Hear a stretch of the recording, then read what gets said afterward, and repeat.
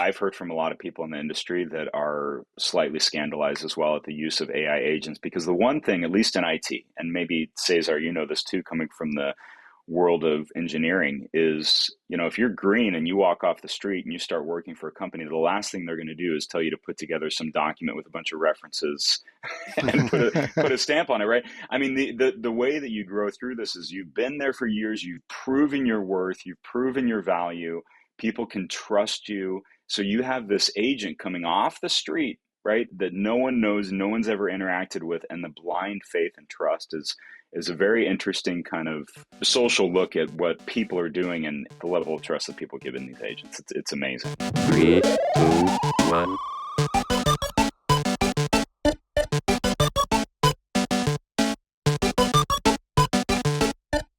Welcome to Love Machine. Welcome to another episode of Nerding Out with That Nerdy Catholic. I am Seth Paine. I'm here with my co-nerd Cesar. Hello. And today we have a guest with us, Lee Sondeno. Lee is the Director of Young Adult Ministry at St. Victoria in Victoria, Minnesota. Welcome, Lee. Hello, Cesar, Seth. How are you guys? Very good. Doing good. Before we jump into the episode, though, I want to remind you that if you go over to thatnerdycatholic.com, you can sign up for our email list and get updates when we put out new episodes. Go to thatnerdycatholic.com/merch. You can get nerdy Catholic swag, t-shirts, mugs, and prints to show the world that you can be a nerd and a Catholic at the same time. You can go to thatnerdycatholic.com/support to help support us financially. Our expenses here at That Nerdy Catholic have gone up, and any financial support you can give us would be greatly appreciated. You can send a one-off tip or join us as a monthly supporter. So today we have a special guest with us, Lee Sondeno. I met Lee recently. He was recording an episode of The Journey Home. He came from a Pentecostal background and became Catholic. And the reason that we have him here with us today, though, is he has done a number of podcast episodes with the Practicing Catholic podcast show. And he has done a lot of research and looking into issues of artificial intelligence, especially around the area of work.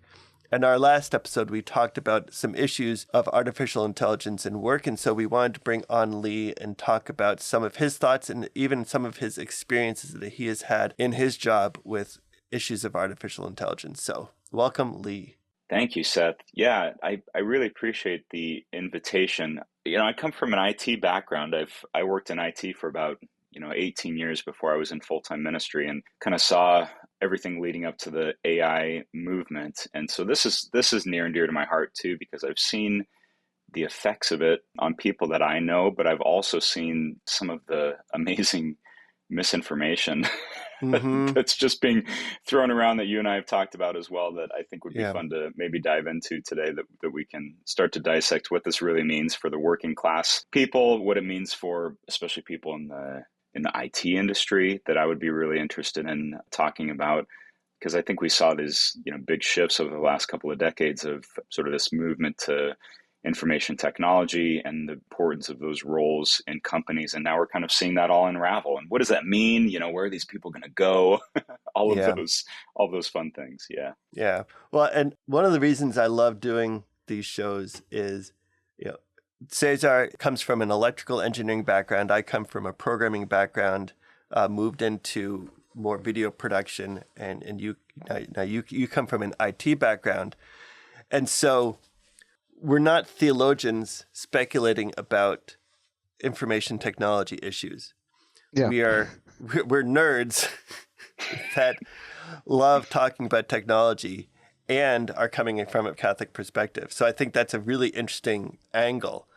Yeah. And so in general, we go into very nerdy topics, but then we bring in our faith from here to there to see how it all works together. Right. I want to start off with the experience that you had at work with this AI document. I think this will be a good jumping off point because it's a great story. Yep. And I think we can get a lot from it. Well, you both know, and Seth, as a programmer, everything you do is test but verify. Everything. Yes. Especially when it comes into IT.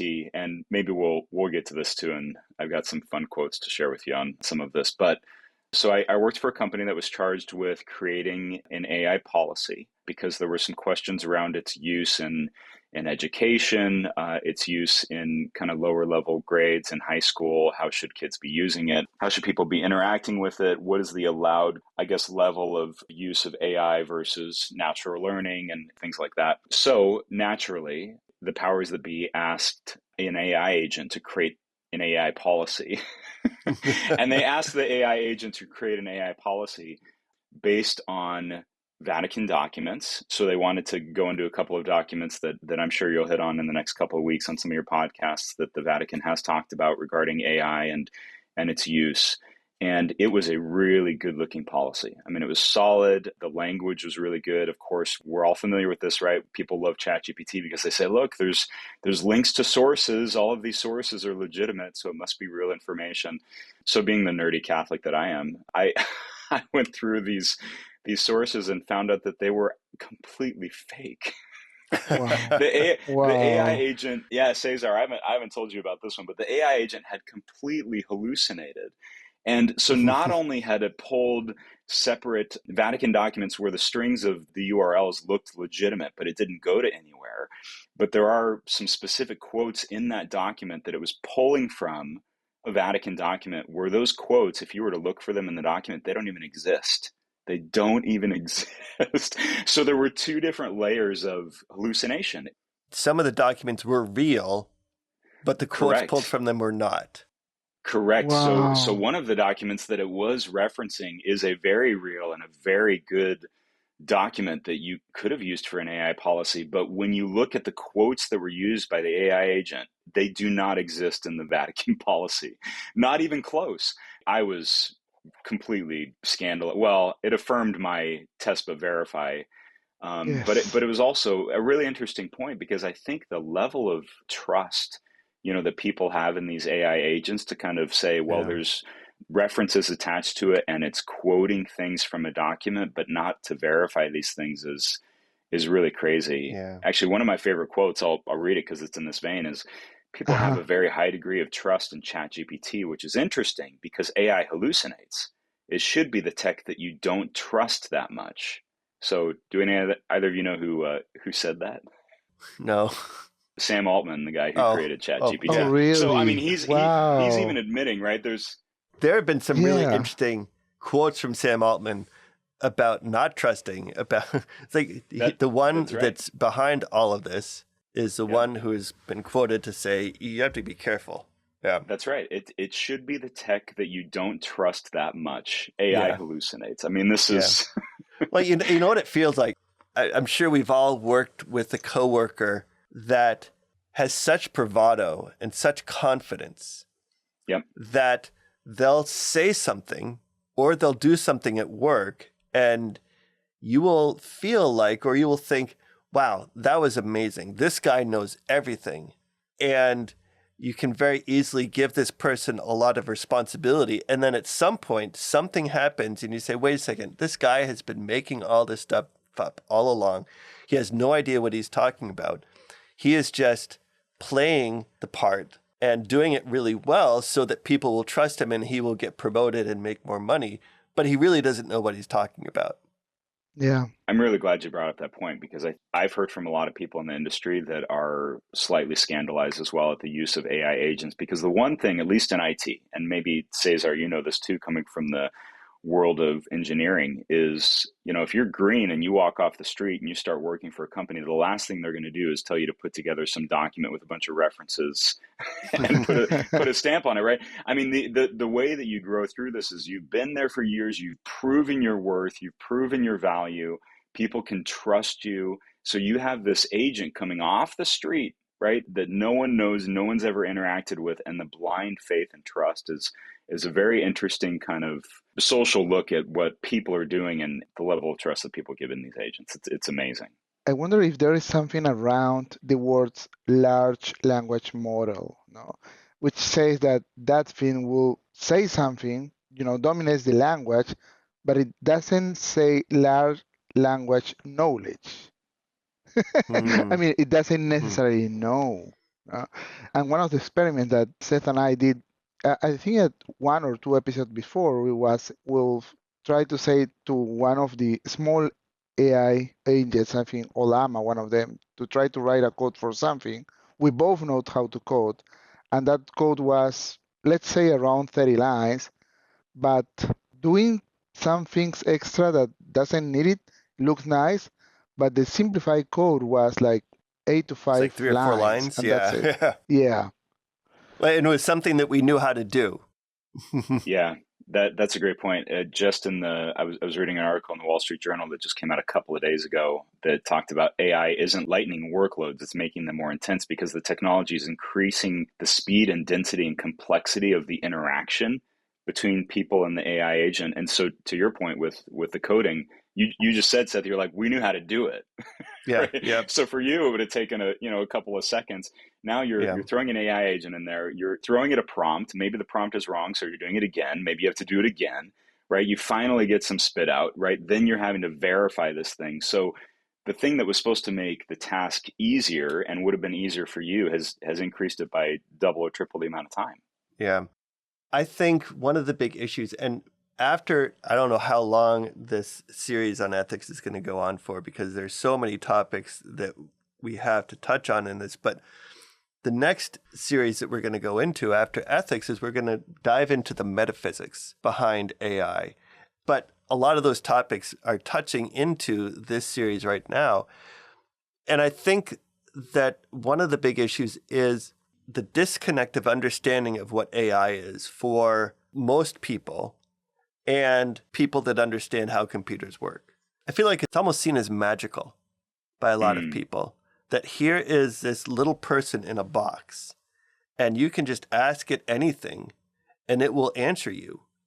And if you don't know anything about the answer it's giving back, to be able to check to see if it's real or legitimate or functional, whatever you're asking it for, you can say, oh, this is great. Here's this smart little person in a box, and they gave me the answer that I need right away. My question could have been really poorly worded, but it was able to understand it and give me something. Your person in a box reminded me of a couple of years ago when AI just started out. And I think when you and I were first having conversations and I was saying, look, coming from IT, AI is just an absolute glorified automation process and a bad one at that. It's not even that good. You just reminded me of the Mechanical Turk. I think people should look this up. So it was a chess playing automation. Have you heard of it? Back in the 1700s and 1800s, right? And these people are playing chess with this automation machine, and it's amazing because it's always winning. And they're like, "How is this happening?" And to your point, Seth, they would say, "This is magic. This is incredible. This machine knows everything." And it just happened to be a guy in a box, right? That was a really good chess player. Yeah. And he was fooling everybody, right? And I think AI is of course every week we talk about this, something is progressing and changing, but that was my first response to AI is, oh, this is just, it's taking something, Seth, and Cesar, that the three of us would have done, and it's kind of ingesting this thing as its own, and it's spitting it out to somebody else. It's stealing our work, right? It's not really doing anything new. It's us behind the scenes. It's only as good as the information that we're giving it. I think technology is advancing in a weird way where hallucinations are starting to take that over, and people are starting to trust the thing more, so the answers may not even be correct. But I think at its base, still, I would say that AI, some sort of level of this automation tool and being such a magical tool that people can give up their normal day jobs because they're just the enchantment of this thing being done so quickly. And it looks real. I mean, if I'm not a programmer and I'm like, hey, program this the way that, Seth Paine would have programmed it, and it looks just like you're coding, I'm like, that's magic. And then you're like, but I wouldn't have done that. Exactly. Right.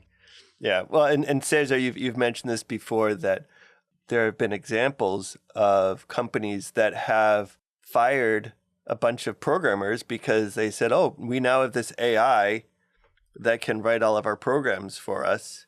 And then they had to rehire them back. Yeah, one of the biggest one is Microsoft, and that was all over the news there, no? They have to rehire because it's not that AI can do the work, it's that it is a tool. And that's the thing that nobody seems to understand. It's a very good tool. It's not a very good person. It's not a very good thinker, but it's a very good tool in the hands of somebody who knows. No, simplify their life if that can be adapted to the person that use, but it's not a replacement. And that is the trick that I think companies, big companies, I'm mentioning Microsoft just because it's all over the world, but there are many companies that trust AI on doing some things, Yeah. but trust replacing people. And you cannot replace knowledge, you cannot replace experience, you cannot replace the feel of how this product is going to go to the hands of our customers, how our customers going to feel about that, no? With some agent that knows how to talk, I mean, knows quote unquote, no? And I think we have to be careful as how AI is presented, no? And as we said, it's a very, very good tool. And in one of our episodes, we understood under the hood what's the mathematics behind AI, the complex and great math and matricial operations are under the hood of AI, but that's it. That's a great tool and nothing else. That's where the misinformation hype comes in too. I loved your example of Microsoft, because I think people tend to ride this wave of, well, AI is replacing a bunch of jobs and it's because of AI agents that we're firing all of these people. And I think executives are getting sucked into that too. This promise of some sort of utopic work society where they've only got like one agent and all the CEO has to do is push a button or ask it what to do. And he's got all the work being done for him. But here's an example of Microsoft and more recently Meta. So Meta, I think in the next couple of days or maybe toward the end of the month, they announced they're laying off 8,000 people. And the whole reason behind laying off 8,000 people, if you guys read that article, was because of AI. Zuckerberg basically came out and said, we're not only concentrating on AI, but AI is replacing this amount of workforce and people. And I really think, we should fact check this for sure in the next couple of years, but I really think that's a bunch of hype too. Meta doubled the count of workers that they had between 2020 and 2022. I mean, they hired over 40,000 people. So they Wow. went from 40,000 to 80,000 workers between 2020 and 2022. What you're seeing is a whole IT industry bubble that's starting to, right itself, because of course back in 2020 everyone is hiring like crazy because we're transitioning to this kind of digital universe that we were all living in. And you're seeing the right sizing now of these industries. And so even to take it down by 8,000, he's barely clipping the surface of hiring 40,000 people between 2020 and 2020. And so you hear all of this hype of, oh, these people are all being fired because of AI. And I would just encourage people, start looking at the history of these companies. Microsoft did the same thing. They Yeah. hired a ton of people and they were seeing a lot of layoffs, and they were putting it under the guise of, oh, it's because of AI. I Yeah. really don't buy it. I would assume that's because of the misunderstanding that most people have of AI. Yeah. I think it's so easy to blame a lot of things on AI Oh, today yeah. Yeah. It's that the have hot nothing to do topic with that you it. can, Yeah. and that's what shareholders expect, right? Oh, investments in AI. This is where the world is moving. Mm-hmm. And that's what, Well, yeah, that's what people are trying to say. the number of times that a company came out and said that it is now doing AI, even companies that had nothing to do with technology have been coming out and saying, we are now using AI, and their stock has quadrupled. Yeah, Home Depot just a couple of days ago. Well, we're creating a chatbot agent for it's Home Depot. I mean, of all places, right, to use an AI agent. Yeah. I think there's a thing, and thank you, Lee, for that example, because I will draw kind of a line and distinction between the technology companies like Microsoft, like Meta, and all other companies. No? Because in the case of Microsoft and Meta, we have at the CEO levels people that really understand the technology. And that's my humble and personal opinion. No? I think the hype from them is just to get the value up. No? So that's why they kind of manipulate the information. But in other cases, for example, I was working in a glass container factory before, and the problem I see, because they went through this also AI hype, the problem I saw is that it used to be that at the top level, there was somebody that knows about the process and about how to manufacture and a deep knowledge of industry per se. No? Right now, at the top of the level, there's always somebody from financial background, or for commercial background, which is good because they're selling, but not necessarily understanding the technology.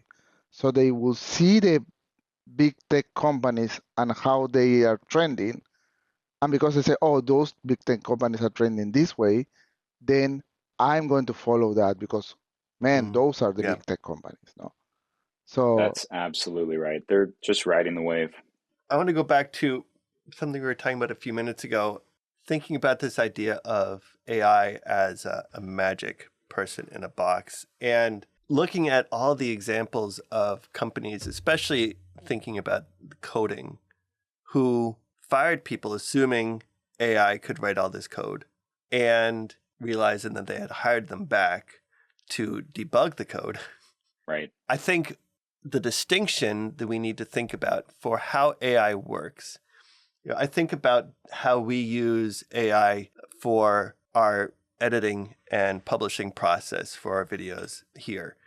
And so thinking about using AI to help write our descriptions for our videos. So I will take the transcript of the recording of an episode that we do. I will feed that into AI and say, here's what we talked about. Give me a summary. And it will give me a summary. And then I'll take that. And I'll say, oh, this is really interesting. I don't really like the direction it went here. I'll probably do it at least 4 or 5 times with different prompts. And then I will edit it to make sure it's correct, make sure it sounds right. For the most part, it's really good. And I think this goes back to the question of AI as this magic box versus automation. If you take some text, let's say you write a paragraph, and I've also used it like this before. I write a paragraph. Here's something I want to say. I will feed it into Gemini or ChatGPT. I'll say, okay, will you improve the language in this for selling a product? Or will you reword this to get someone excited to watch this video? I'll say something like that. And it will reword it, and I'll probably go through it a few times. Versus someone that says, write me 2 pages about this topic. yeah, If you start with something that you know, and you feed it in, and you get something back, then you can read through it and say, well, does this make sense or not? If you assume that it's this magic person in a box, and you just ask it a question without knowing what comes out, if it's correct or not, or how it sounds, and you just use it, the example you used of the policy document, then you might be lucky and get something great, but many times you're going to get something that's gibberish. Well, and I was talking to one of those Microsoft programmers that was released by Microsoft, and he always jokes that he fired himself because he was he was over a lot of the AI engines that Microsoft is using. But you made a really good point, Seth. It's all about the question, right? And I think when you have the sophistication to ask the right question, the automation of the tool is a really good one, and it's a really good starting point. I used to do a lot of web development. I think one of the most mundane tasks I ever had was having to build web pages that I can tell an AI agent, hey, this is the color I want, this is the font I want, this is the look and feel I want to go for, and it creates it is wonderful because it saves me a ton of time. And there's some problems with it still, but it is a real time saver. But again, I was a web developer. So Right. I know the questions to ask. I know the things that I would run into if it were done incorrectly that would cause a lot of headache later on if it weren't constructed the right way. So I think you're hitting on a really important point, and maybe even with these companies that are starting to use AI agents and bringing them in just for the bottom line versus having an IT person there that knows what they're doing, is they're causing a little more problems than it's even worth because they don't know what they're doing, but it's the blind trust, right? It's the blind trust behind it that I think is causing most of the issue. Yeah. Well, and this makes me think of back in the 90s, thinking about web development. Back in the 90s, I was doing a lot of consulting, doing websites for different companies. And I started off, I think, version 1.0 of Adobe Dreamweaver. And so I used Dreamweaver for years and years. And I don't remember what version it was that they came out with their visual editor. But I remember working in that. And then I knew someone that was doing the same job, but he was using, I can't remember the name of it. It was a Microsoft product that created web pages and had a visual interface to. But I remember one day comparing the code that Dreamweaver created and that the Microsoft product created. And the Microsoft code, the file was, I think, 3 or 4 times as big because the code that it spit out was terrible. It was like dozens of nested tags and all these definitions. And Yep. the Dreamweaver code was pretty clean. I still had to go in and tweak the code after I used it. And most of the time, I just worked in the code and not in the visual. But if you know what it's supposed to look like, even though you aren't writing every single line, if you know what it's supposed to look like, you can say, well, this is inefficient. Like the example you're using before about what we did a few episodes ago, writing something that we could have written in code in 5, 6, 7 lines, and it spits out 30 lines of code. But if you don't know any better, it's like, well, this is great. Look at all the code it just wrote. That's a really great point. So it's almost like comparing AI to some sort of software development. You've got one company that really has the good entry, into the software, and whoever's behind the scenes creating that software, and it's a fantastic tool like Dreamweaver. And then you've got, I think was it Front Page is what you're Front probably Page, thinking yes, of? yes. Yep. And I remember using Front Page, and I was It was like, awful. this is bloated. And well, right. But it was part of competing into this arena, and they just didn't understand it. And I think you're seeing that between some AI models too, and some chatbots, where some are really good, and then some are like, wow.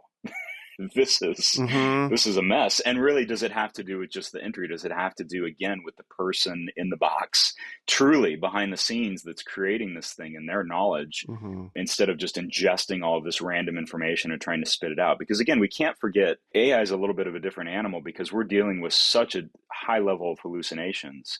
And if it's getting positive feedback constantly, then it's going to cause some issues too. I think that's a really good point, though, and I've been thinking a lot about that, is the hallucination level, because as long as the AI agent can get a positive response from its user, it's going to think it's producing the correct information, and it's going to continue to use that correct information. And then you're just off on a completely wrong sort of road when you're just not having the correct checks and balances. So put this in the hands of a non-IT person, and they'll destroy it. Because they'll always think, this is the right thing, and it's really not. And these AI agents need to be careful with that information as well, which I think is what contributes to hallucinations. Yeah, I like your idea, Lee, about, I was thinking a lot about what you said just a little minutes before, that it's crazy, like people start to trust these AI models, the AI bots, no? The word that clicks my mind is trust. I mean, is it because maybe executive or people that make the decisions are trusting more on an agent than their people that they work with, that the people are part of the organization? And what I see, for example, is that companies that are going up fast is because they have a cohesive team that they trust each other. And on the other hand, that companies that are big and takes some time to stay there are starting to lose trust in their own people. And then when you think, in their mind, they might say, no, I have this AI, I will tell them what to do, and this AI bot is going to give me what they want, and I can trust it. No. Yeah, maybe because it's a machine, they think, oh, well, this machine's not going to lie to me. If I have some employees I'm not sure I can trust, they might be lying to me. But this is a machine. A machine can't lie. A machine is just going to give you an answer. So I can trust this machine better than I can trust a person. If this were the Industrial Revolution, truly, back in the early 1900s, that's true. I mean, the conveyor belt's moving, the cogs are spinning. It's just such a black and white thing. And there's a high level of trust in machines like that, because it's producing what you're telling it to produce, and nothing more, nothing less. I think what's happening with AI is it's producing things that are completely bogus, and people don't know about it. So it's starting to deviate even between its sort of black and white metric. I bet you if you were to, and maybe this is an experiment that you guys did, I'll have to watch that past episode, but if you were to ask the same AI agent over and over, with maybe a little bit of time in between, how often does the code change for the same question, right? And so I think what you're seeing there is it's not this cookie cutter, we're making the same thing out of a factory every single day, and we're all on the same page. It's all over the place. And I think that's part of why some executives, these AI agents have flat out said, we're not really sure what our AI agent is doing. It's kind of just out there and it's making up its own mind, and sometimes it's right and most of the time it's wrong. But you know what, Cesar, to your point, these big companies, right, they're trying to sell a product, and what sells a product the quickest? It's trust. And once you have trust behind a product, people are behind it 100%. So of course, the chorus they sing is always going to be, oh, we trust this thing 100%. It's going to make your life easier. It's always going to spit out the right things. And I think you're seeing some competition between the people that are using it versus these executives that are really trying to paint this picture of trust and perfection with the product that they're trying to sell. Yeah. One of the things I want to look at some point is all of the quotes that have come out from experts in AI, especially someone like Sam Altman, of the warnings. Because even in the warnings, even in their warnings about how dangerous AI could be, they're still painting a picture of this super intelligent magic person in a box. And even the warnings are building up so much hype about how powerful AI is that people are assuming that anything that happens is because AI has done this amazing thing. It seems backwards, but it's still pushing the hype of AI. It is, because remember, the more that people use it, the more sophisticated it's getting. I mean, we're all, not to sound super Dune-ish, but we're all a part of this scheme to get more information into the AI models. I was reading a couple of quotes that I was mentioning before the show, but if, one that I always love to look at is, I'll just read this really quickly. If we turn now to things external and material, the first thing of all to secure is to save unfortunate working people from the cruelty of men of greed who use human beings as mere instruments for money making. Mm-hmm. And I think that's what you're seeing a lot even of AI is they're using these, this is free, start using it, start prompting it, start asking questions, start agreeing with it, because it's just making the models and the AI agent more and more sophisticated. By the way, that quote was from Rerum Novarum, written in 1891 about the Industrial Revolution, not about our current climate with AI. But you're seeing again this issue of, using people that are unaware and using humans in a softer way. Right? We're not bringing people to factories and we're not causing disparity with working conditions yet, right? But we are bringing people into these models in a very soft, sophisticated way where they think they're doing something of value for themselves when really all they're doing is feeding these machines and these conglomerates. Yeah. Yeah, I can't wait for Pope Leo's next encyclical to come out to compare with Rerum Novarum, because I've heard so many people talk about the growth of AI as such a good thing without really thinking about the people that are behind it. Yeah, absolutely. And also thinking about, I saw a video recently looking at the current state of the S&P. People are talking about, it's like, well, the economy is growing. Well, the economy, if you look at the value of the top 7 AI companies, they're shooting through the roof. If you look at the rest of the economy, it's stagnant at the moment. And so our economy is currently being propped up by these 7 companies. And these 7 companies are all investing in each other, passing around all these billions of dollars that aren't really billions of dollars. If you look at Microsoft investing in all these companies, they're not giving $2 billion to other companies. They're saying you can use $2 billion worth of our software. Or NVIDIA passing chips around, or people that are creating all these hosting companies say you can use this much money's worth of our server time. There's not money going into the economy. It's all this money, this digital fake money that's being passed around to these companies to make it seem like there's all this money being pumped into the economy. And at the same time, you have most companies not being able to hire new people or even having to lay off people because they're not growing. It's interesting. They're really creating a world. Yeah. And they're becoming super rich at the same time. Right. They're becoming super rich. Well, and it's just creating that the chasm is getting bigger and bigger between, the reality that we're seeing in the world versus this kind of digital version that we're that we're creating. And maybe the parallels aren't super clean, but it does remind me a little bit of Ready Player One, which is a fantastic Yeah. book. Yes. Because you're seeing this perfection of a world in virtual reality and all of the money there, and it's all digital currency and everything else. And then of course, once you take the virtual reality off, you've got trailer parks that are stacked on top of each Yeah. other, and crime is rampant.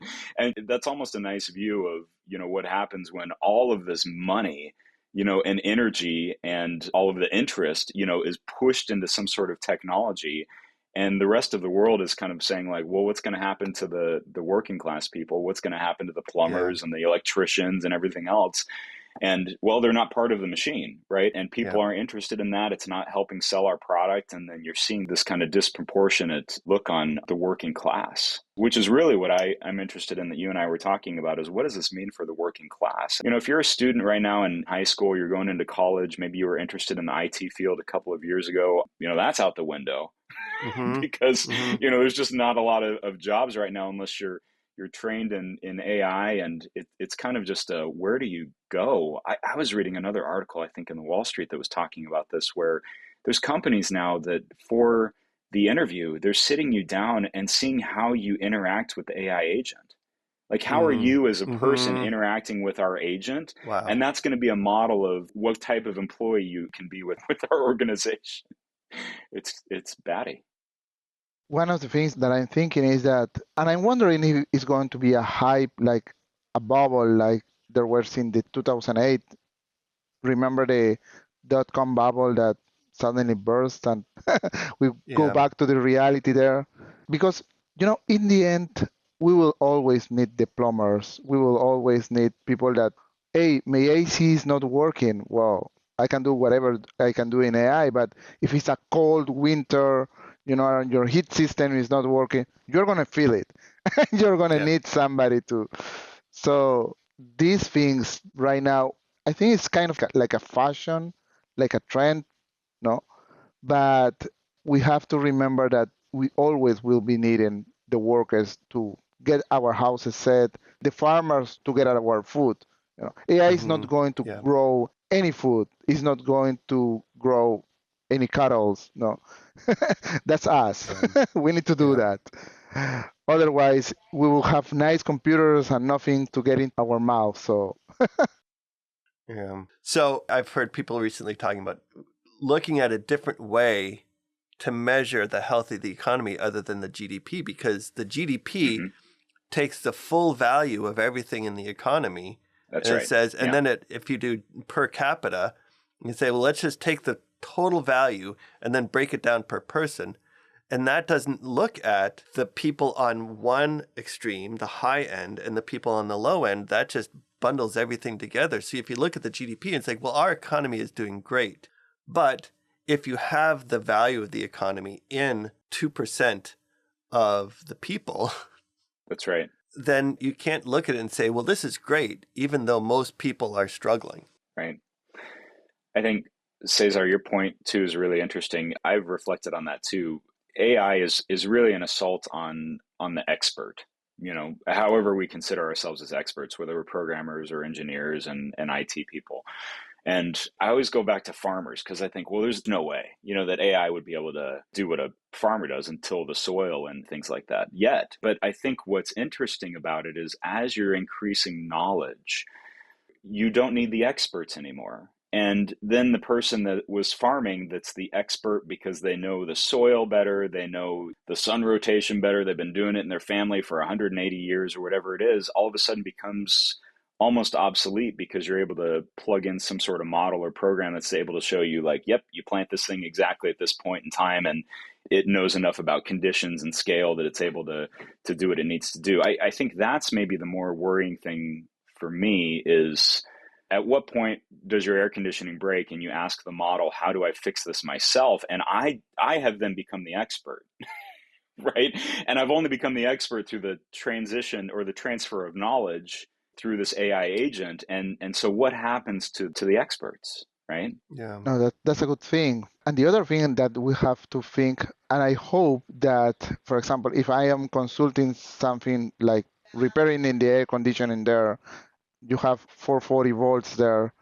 I hope the Hmm. AI doesn't hallucinate. I That's my know, only hope. exactly. I mean, Yeah. Yeah. Right. Well, exactly. Because you've got a lot of electricians putting in some false information saying, "Oh, go ahead, touch it. Yeah. It'll be fine." I'm sure it's off. I'm sure it's off, right? Assuming it's off because you are an expert, go ahead and continue with this process. Yeah. Yeah. Right. Well, That's a good point. as we're talking, Lee, I'm coming up with other conversations I definitely want to have with you. But the one that has come to my mind is that I would love to go into, and I think looking into Rerum Novarum is part of it. The value of an expert is not just what an expert can do, because you can't just look at the value of an expert to the economy or to a company. Correct. You need to look Right. at the value of an expert to themselves. If That's if right. I know how to do something and I know how to do it well, I'm sure we all have this role that we are the IT person in our family. We are the Yep. person that all of our family members come to. It's like, hey, this isn't working. The best example, very funny example, my mom called me, it was a number of years ago, back in, I think it was in the late 90s, and she was on her Windows computer. She was doing something, and she called me up and she was panicked. She's like, Seth, I'm kind of worried. I'm like, what? She said, I'm worried that the police are going to come. I'm like, what are you talking about? She's like, I was doing something on my computer and this window popped up and said there was an illegal operation. And she was worried that a message was sent to the police because she did something illegal. I'm like, no, Mom, that's just the way programmers say it when something breaks. But the feeling that we get when we are able to help out our family members, it's like, oh, it's like, this is my expertise. And I've been able to, either in my work or helping someone out in our family, we have gained so much value. Like, we feel valuable because we are able to help someone. So if you take the expertise off of the person and put it on a machine, where are we going to get our value from? And if you think about that compared to Rerum Novarum looking at the Industrial Revolution, it was the same Right. question. It If was you the same turn people into question. cogs, Right. and there in the Industrial Revolution, it was standing in front of a sewing machine or standing in front of some piece of machinery, hit buttons, pull levers so that the machine can make something. And now it's just Right. doing the same thing with computers. Right. the funny thing Right. about that is that when you think about that, the operator that put the buttons, switch the lever, that was the continuum on a normal workday. But at some Yep. point, that machine breaks. Yeah. And the worker there that it's been long time, they knew, oh, this machine always break because this belt, because this, this tweak, and they start knowing the machine. And that's something that industries that haven't been appreciated really, but the value of the worker that knows the machine when that worker goes out and there was no transfer knowledge, it's a very good hit to the company. No. And I see this because I have been working in manufacturing for some years there, and I'm right now doing some consulting to another manufacturer, and the problem they have is the rotation. No. So in a normal day, let's say 80% of the time you do the automatic things. But the 20% of the time that it doesn't, you have to change something, it goes down. And the people that knows, oh, this is because of tack, tack, tack, tack, tack, they really know the machine intimately. That's when they get the value, and that's when people in the higher up doesn't see. And I think because that's not a repetitive action, if we put that into an AI, how do you get that knowledge from experience from years that, it has been a flash here, a flash here, a flash here of time when, that person see, oh, what's going on in the machine, dives in the machine, find the problem. That knowledge is not transferable by an AI agent, no? You have to extract that knowledge from the person. Yeah. And I see that, and I see most of the companies right now, it's getting hard from them starting to extract that knowledge. And I mean, not the knowledge of how to normally operate the machine, but what do you do if something happens? That's the knowledge that is going to be hard, I think, for AI to grasp. this is where the parallels of the Industrial Revolution and what we're seeing today are just really exciting to talk about, even with Ram Navaram, because I think I was mentioning to you, Seth, offline, that The Jungle by Upton Sinclair, right? That talks about just the horrors of the meatpacking industry in Chicago during the Industrial Revolution and the exploitation of immigrants and workers and things like that. I mean, Cesar, think about the time that it took from the start of the Industrial Revolution and the blind trust in these machines and all the exploitation that was happening of its workers until they got to the point to say, oh, these workers are valuable because they're keeping the machine running, not Mm-hmm. just standing there waiting for the, being a part of the machine. They were actually the ones that were helping maintain Yeah. it. But the length of time that it took to get there, and I think we're just beginning to scratch the surface on people understanding the same problem with AI, right? It's this blind trust thinking we don't need the interaction with other humans or other capable people like, the three of us that would be able to program or say this is the wrong direction or whatever it is. And what does that look like? And is it going to be another 20, 30-year journey like it was for the Industrial Revolution to where Rerum Novarum comes out from the Catholic side of perspective to say, hey, your working conditions are terrible and we're exploiting human beings because of the machine. And yeah, Yeah. those parallels are really interesting. Yeah, and I like that point about gained knowledge on the job. Right. Because as you said, Cesar, the people that worked the machines, there were some people that just stood there and hit the buttons and pulled. But there were some of the people that, as you said, they would say, okay, if it breaks, here are the top 3 things I need to check first. I always see that this belt breaks or that this gear needs some more grease on it, and the knowledge that's built up on the job is so much more valuable than the knowledge you studied before you got the job.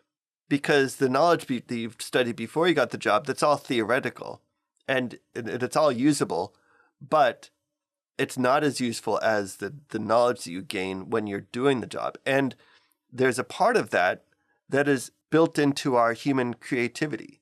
Mm. We put these things together in our mind and say, oh, okay, I see that that's breaking over there. I should check something over here to see what the connection is. And if you're firing people because you think a machine's going to take your job, as you said, Cesar, you're losing all of that knowledge. Right. Yeah, funny thing is that the knowledge of experience kicks you just 10% of the time because especially in automation, machines works one way, but when that event happen, when that glitch happen, when something's out of the normal, that's when you need the expert, and that's when AI fails. And I think that people are starting just right now to realize that. No, Yeah. I think we have to take that into account. That's a great point. And maybe at some point, the mistrust that's happening now with people understanding what is going on with hallucinations and things like that to protect their investment. These companies are bringing these people back in because they're starting to realize that, hey, this is a risk and we need to build that trust back up. I think there's Sam Harris, I don't know if you've heard of him, but the Center for Human Technology, I think he's brought up some important points about this that we should talk about at some point in the future, is that idea of, we're in the car just accelerating, right? Mm-hmm. I mean, there's no braking, there's no turn signals. And I think it's just one really big gas pedal. Just one big gas pedal, right? And I think it's the idea, because we've seen this in the Industrial Revolution, and that's why we're also excited to see what the Vatican and Pope Leo are supposedly going to come out with pretty soon about, this AI technology that we have today, in comparison to the old Rerum Novarum, is, do we have a chance to build in a brake pedal? Do we have a chance to build in these turn signals to where we're not just going down this direction where we're going to run into the same problem that we did with the Industrial Revolution, where it was exploitation of human beings at the expense of the machine until we had to unravel all of that, with greed and everything else. Is, do we have a chance to get ahead of that, or are we just kind of sitting back and watching this thing happen? Yeah. That's going to be interesting. Yeah. Well, I think this is a good stopping place for right now. As you said, Lee, there's a lot of areas that we can go in. We'll definitely have you back because I think that it's such an important conversation to have right now. One of the things that has been going around in my mind that I would love to have a conversation with you about, the three of us, is I love that you brought up Ready Player One, because I think a really interesting comparison would be look at two possible futures with AI. Ready Player One versus Star Trek. Ready Player One, where you have this separation of wealth, where you have most people living in, as you said, you look at the images, and I saw the movie a few months ago, finally. It took me a while, but of Ready Player One, that you have these stacked up trailer parks of the masses living in this poverty, versus Star Trek, where you have the creation of the replicator, and then it brings about this utopia where people, this is doing all the work, so people can go off and study art, and whatever you want to do, you can do whatever you want because all of your basic needs are being met. And I think that's the image that is being sold right now with AI, is this is going to create a utopia. But we need to realize that that's not the only possible future. So I definitely want to look into that at some point. That's a great point. It'd be interesting to see what kind of controls are in place in the kind of Star Trek universe that are causing the machines to operate how they should, right? Because we all know those episodes where, the computer just went haywire. Yes. Yeah. Right. And what are those controls that were in place? And I think more importantly, there's always kind of an understanding between the value of humanity in the Star Trek universe versus what was digital and what was computer. And that's what made that show so beautiful. Yeah. Because it was really the human elements of all of these things that were coming out on top. And like Cesar said at the beginning of this episode, AI was a tool. That was it. Yeah. Right. Yeah. It wasn't informing or making decisions on behalf of humanity. And they had reached that kind of climax of kind of that perfect balance between the two. So yeah, that would be interesting. Yeah. Oh, and actually, the thought that just came to my mind, another little teaser for another possible episode, looking at the Borg. Right. Right. And how does AI that relate to wrong. AI? Yeah, exactly. Yeah. Exactly. Yep. Well, I want to thank you all for joining us. Thank you, Lee, for joining us today. Thanks for having me. And I want to thank you all for joining us. I want to remind you, if you go over to thatnerdycatholic.com, you can sign up for our email list and get updates when we put out new episodes. If you go to thatnerdycatholic.com/merch, you can get Nerdy Catholic swag, t-shirts, mugs, and prints to show the world that you can be a nerd and a Catholic at the same time. And you can go to thatnerdycatholic.com/support to help support us financially. Our expenses here at That Nerdy Catholic have gone up recently, and any financial support you can give us would be greatly appreciated. You can send a one-off tip or join as a monthly supporter. I hope you can come back and join us next time as we dive deeper into questions of AI and ethics. But for now, have a good day and God bless. Thank you, guys.